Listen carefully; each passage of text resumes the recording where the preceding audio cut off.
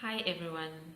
In our Bible reading experience this week, we are in the last section of the book of Numbers, looking at the chapters 21 to 36, which concern a whole new generation of Israelites and their final preparations before the invasion and occupation of the Promised Land. This explains why we'll see in chapter 26 the taking of a second census, as well as the repeating of sections of the law in chapters 28 to 30, because out of the many thousands that left Egypt, only 2 adults, Joshua and Caleb, will enter the Promised Land. The rest, due to their grumbling and rebellion, they all die in the desert. In fact, even Moses and Aaron also are not allowed to get into the Promised Land because of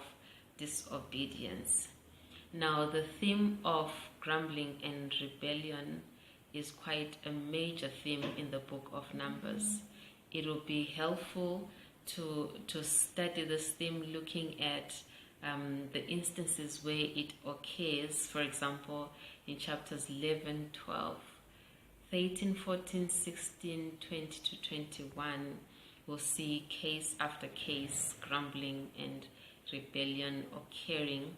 As we note these instances, let's look at what are the causes of the problems and what is God's response to that. And when we do that, let's also prayerfully reflect upon our own lives, taking note where we also are no better to the Israelites. Now, also, as we read the book of Numbers, we may think that God is rather too cruel in how he commands for total destruction of the Canaanite cities.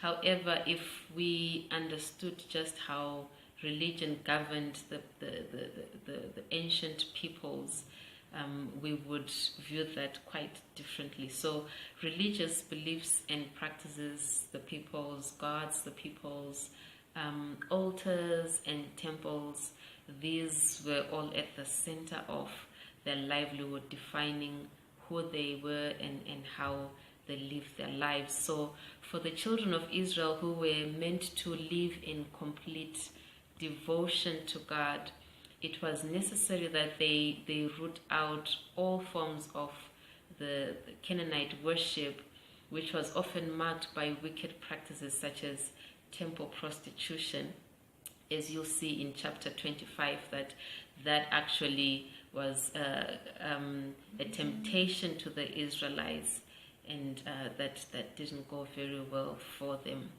So friends, as we go through Numbers and as we finish it, let's hear how the Lord is calling us towards full devotion, towards forsaking all forms of worldliness. May the Lord help us in this. May his grace abound. God bless you.